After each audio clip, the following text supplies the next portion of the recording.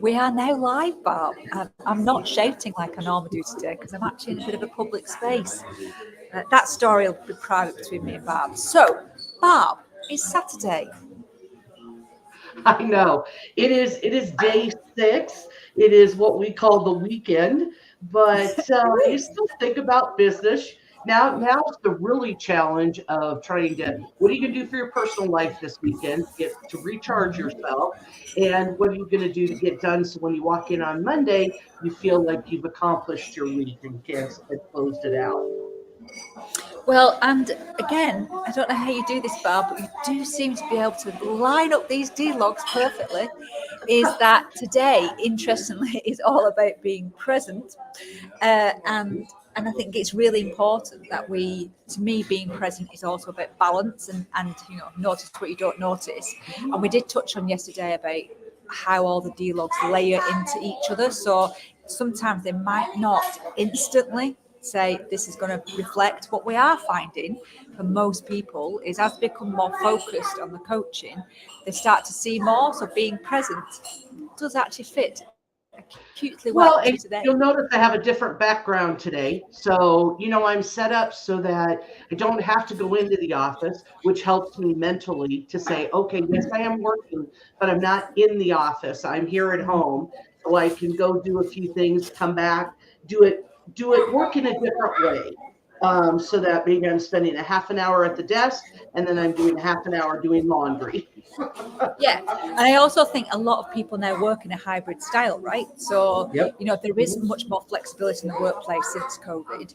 And I do think, even if you are based in the office, sometimes we do go home and we do extend the workday, or sometimes we may limit the workday, and some of that time is then picked up at the weekend. So we need to be present in every part of the day, don't we? Right, I'm going to go straight into our lovely little D-log for today. And let's see how relevant this is.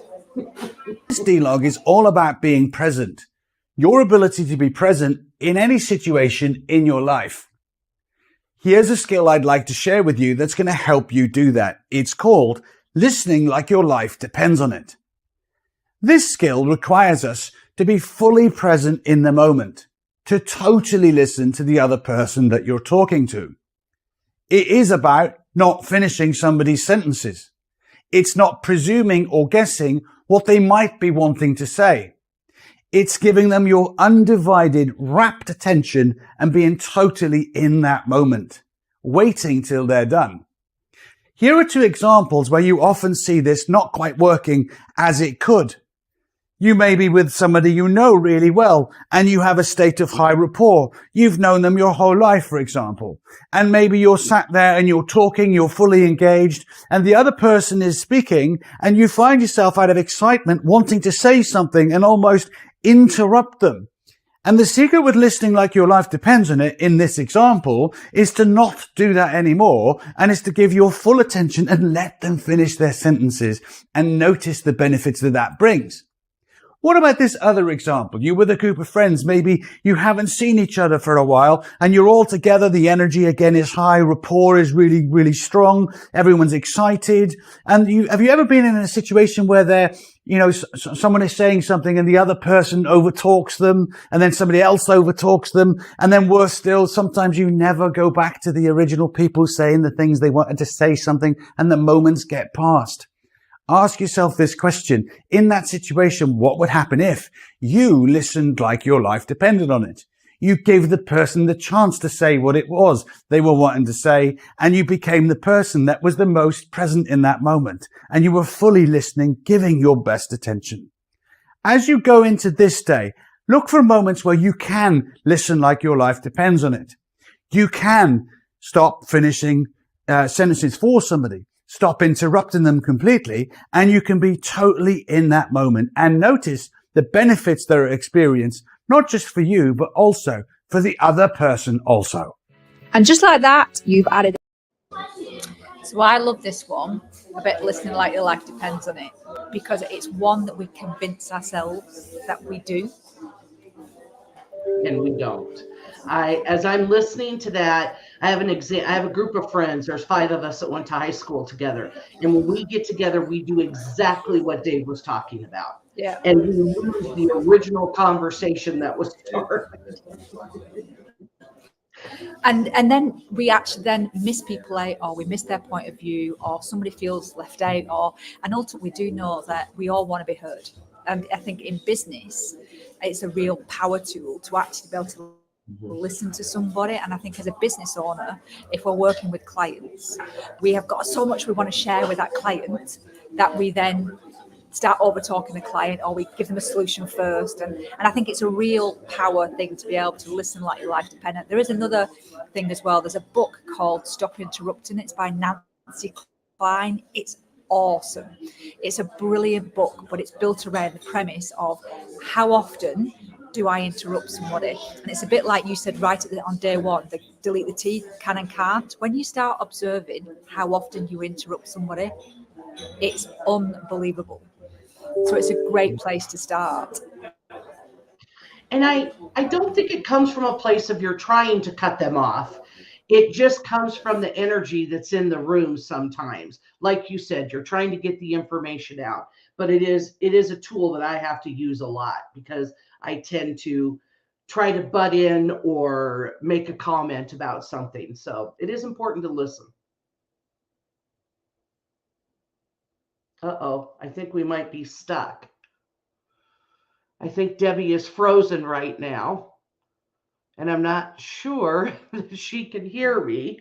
So I think we might have to.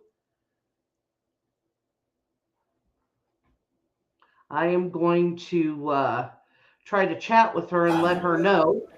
Oh, We're Debbie. back. Yeah, we Yes. got frozen. We got frozen. See, this is the joy of public Wi-Fi. So I do apologise, but we've got literally just 90 seconds left. So please go on and tell me what you were saying.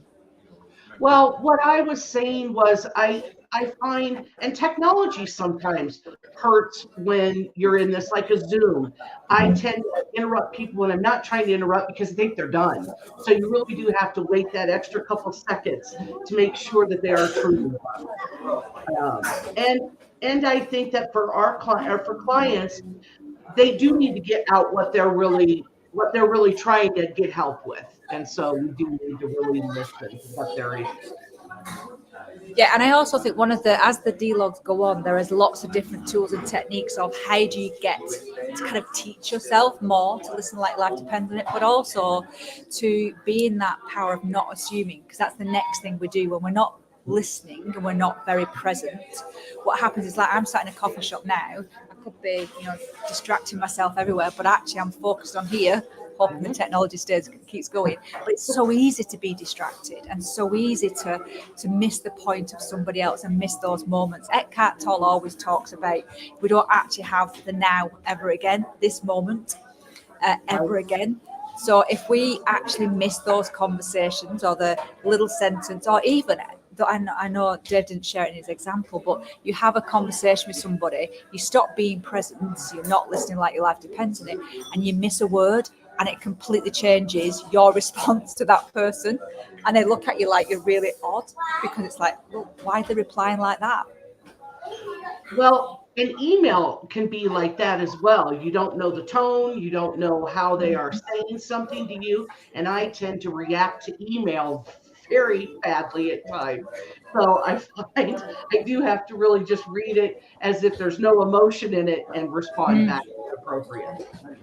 Yeah, and that's a really good point, Barb, in respect of being present when we're in the email is not to take on all the other noise around us. So, you've just come out a good or a bad meeting, you then go and reply to an email. We always say put something in draft and then come back to it. Even if it's just a few moments later, it's always going to help you.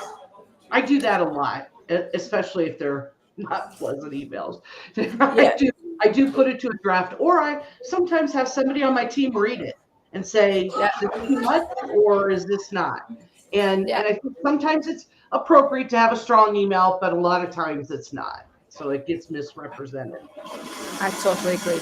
Right, in light of being present, I want to return you back to your weekend All right. Tomorrow I will be back at the farm, so we won't Okay. have some of these technical challenges, but it's been awesome chatting about being present. And tomorrow we're also going to share what's also in and.coaching that benefits your clients, which is the journal and the opportunity to start to self-measure their own successes as well. All right. Well, thanks. Have a great weekend. Take care, Barb. All righty. Bye-bye.